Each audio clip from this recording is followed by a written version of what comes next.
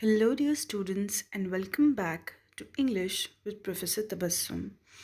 आज की हमारी वीडियो में मैं आपको एक्सप्लेन करूंगी most important question and answers for the poem Hiroshima child. So let us see the first question. What is the theme of the poem Hiroshima Child? Answer. The poem Hiroshima Child was written by Nazim Hikmat Run. Most of the poet's works are against the war and its disastrous effects. ये जो poem है वो नाजिम हिकमत run ने लिखी है और अक्सर उनका जो भी काम होता है वो वॉर के बारे में होता है और वॉर से जो लोगों की ज़िंदगी पर असर होता है, जो बुरा असर होता है, उसके बारे में है. The poem is about a 7-year-old girl who was killed in the Hiroshima bombings during the world war 2. ये पोएम जो है एक 7 साल की मासूम बच्ची के बारे में है जो कि मर जाती है हिरोशिमा बॉम्ब ब्लास्ट में, जो कि वर्ल्ड वॉर 2 के टाइम पर हुआ था. The theme of the poem is to promote peace, यानी कि इस पोएम की जो थीम है वो है पीस को प्रमोट करना. लोगों में वॉर ना हो और पीस रहे, लोग मिल बांट कर रहें और वॉर ना हो, क्योंकि जब वॉर होता है तो कई सारे मासूम लोगों की जानें जाती हैं. The poet uses a 7-year-old girl as a speaker in the poem to convey his message of peace. The girl speaker is wandering through the streets and knocks every door. यानी कि ये जो पोएम है वो एक 7 साल की बच्ची के द्वारा बोली गई पोएम है. यानी कि ये पोएम लिखी तो है नाजिम हिकमत रन ने, लेकिन वो उन्होंने यूज़ किया है गर्ल को ये पोएम कहने के लिए, ताकि वो लोगों के माइंड्स में डाल सके मैसेज ऑफ पीस. और ये जो बच्ची है वो वैंडर करती है, मतलब यहाँ वहाँ घूमती है सड़कों पर और हर किसी के दरवाजे पर दस्तक देती है. She Knox at every door. She stands in front of them and warns them about the impact of the war, but none of them could neither see nor listen to her voice. यानी कि वो हर किसी के दरवाजे के सामने जाती है, दस्तक देती है, उनके सामने ठहरती है, उन्हें वार्निंग्स भी देती है, वॉर के बारे में बताती है, लेकिन ना तो कोई उसे देख सकता है और ना ही कोई उसकी आवाज़ सुन सकता है. So basically the theme over here is that we should promote peace. And Hiroshima bomb blast के अलावा जो भी बॉम्ब ब्लास्ट होते हैं उसमें कई सारे मासूम लोगों की जानें जाती हैं. तो we should not be at war and we should let children live happily. Okay, so this is the first answer. Question number 2. Why does the poet appeal for peace through a dead child. यानी कि इस poet ने, नाजिम हिकमत run ने, क्यों use किया है एक मरी हुई लड़की को ही इस पोएम कहने के लिए. The poem Hiroshima Child was written by Nazim Hikmat Run. Most of the poet's works are against the war and disastrous effects. The poem is about a 7-year-old girl who was killed in the Hiroshima bombings during the World War II. The poet believes that the war victims can express the pain and the agony better than anybody. So he chooses the dead child to convey his peace message to create a substantial impact over the readers. So यहाँ पर if you noticed, same like the first answer, we have to again mention the author's name, lesson's name, and what is the lesson about. Okay, so the main points are that it is said by a 7-year-old girl who was killed during the Hiroshima bomb blast. उसके बाद में we have to mention what the question is asking. It is asking why does the poet use a dead child to say the poem. Because he feels that the victims, यानी कि जिन लोगों पर actually जिन लोगों ने face किया है उस war को, अगर वो कहेंगे इस पोएम को, तब लोगों पर ज़्यादा असर होगा कि हमें हमेशा पीस के साथ रहना चाहिए. वो ज़्यादा अच्छा इम्पैक्ट ला सकेंगे रीडर्स के माइंड्स में about piece. So that is the main reason why he has used a dead child to say the poem Hiroshima Child. So this is your second answer. Question number 3.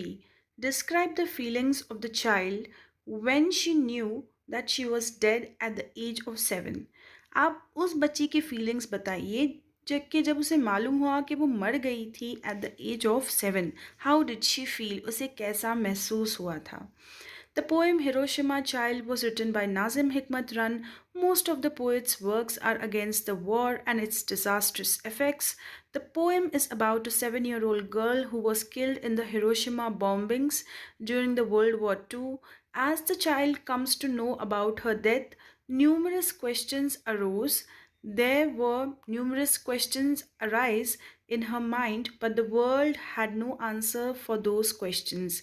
यानी कि जैसे ही उस लड़की को मालूम होता है कि वो मर गई थी, तब उसके दिमाग में बहुत सारे सवाल उठते हैं, बहुत सारे क्वेश्चंस आते हैं, लेकिन दुनिया में से कोई भी अब उसके सवालों का जवाब नहीं दे सकता, क्योंकि ना तो वो किसी को नज़र आती है और ना ही उसकी आवाज़ किसी तक पहुंचती है, because she is dead. Who is responsible for her death? Why did she have to die in that budding age? What was her crime? How did she got a death punishment? Who decides to punish her? Why? To whom must her injustice and vulnerability be reported to? These may be the feelings of that dead child. यानी कि कौन जिम्मेदार है उस मासूम बच्ची की मौत का, और क्या वो डिज़र्व करती थी कि वो इतनी बडिंग एज में, यानी कि इतनी कम एज में मर जाए? उसका गुनाह क्या था और कैसे उसे मौत के रूप में सज़ा मिली? एंड कौन डिसाइड करता है ऐसी बच्ची को पनिश करना और क्यों? और जो उसके साथ ज़्यादती हुई है, जो इनजस्टिस हुआ है, और जो वो वल्नरेबल है, यानी कि वो उसे आसानी से दर्द पहुंचता है, हर्ट फील होता है, वो किसको जाकर बताएगी? whom should she go and report it to? ये सारे फीलिंग्स है उस डेड चाइल्ड के, ओके, बिकॉज शी, कोई उससे सुन नहीं सकता, कोई देख नहीं सकता. एंड बच्चे ऑलमोस्ट, जो उसकी एज थी जिसमें वो मरी है, वो एज के बच्चे अक्सर अटेंशन मांगते हैं, अटेंशन डिमांड करते हैं, लेकिन अब वो हमेशा 7 साल की रहेगी and she will be in the same condition. जैसा बॉम्ब ब्लास्ट के टाइम पे उसकी कंडीशन हो गई थी, उसकी जो हालत थी, वो हमेशा वैसे ही रहने वाली है. So she cannot get any attention from anybody. So all these feelings are of the dead child. So this is your third answer. Question number 4. I asked for nothing for myself. Why do you think the child asked nothing for herself? यानी कि वो बच्ची अब अपने लिए कुछ भी नहीं मांगती, और आपको क्यों लगता है कि वो बच्ची अब अपने लिए कुछ भी नहीं मांगती? So again in this answer you have to mention about the main theme and who is the author, from which poem it has been taken. Okay, and then your answer will begin. So the poem Hiroshima Child was written by Nazim Hikmat Run. Most of the poet's works are against the war and its disastrous effects. The poem is about a 7-year-old girl who was killed in the Hiroshima bombings during the World War II.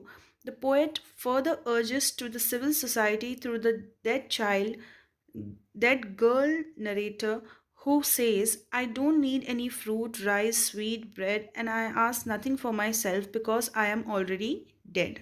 यानी कि जो बच्ची मर चुकी है वो अब अपने लिए कुछ भी नहीं मांगती. उसे किसी भी फल की ज़रूरत नहीं है, राइस की ज़रूरत नहीं है, स्वीट ब्रेड कुछ भी नहीं मांगती, क्योंकि वो ऑलरेडी मर चुकी है. Dead bodies don't need any thing. यानी कि जो डेड बॉडीज़ होते हैं उन्हें हम कुछ भी प्रोवाइड नहीं कर सकते दुनिया में से. I need only peace in the world, for that you have to fight today for the sake of your children. यानी कि वो बच्ची बस इतनी सी गुजारिश करती है कि वर्ल्ड में पीस रहे, सुकून रहे, और उस सुकून के लिए आप सब लोग लड़ो. Okay, don't be at war with each other, just fight for peace and you fight for it today, अपनी बच्चों की खातिर. They can live, grow, laugh and play. वो कहती है कि बच्चे जो है वो सुकून से जी सकते हैं, ग्रो हो सकते हैं, हंस सकते हैं, खेल सकते हैं, जो कि वो बच्ची अब नहीं कर सकती, इसलिए वो दूसरे बच्चों का सोचती है. The poet urges through his poem to the society to make this world liveable, fight for peace and harmony in the society.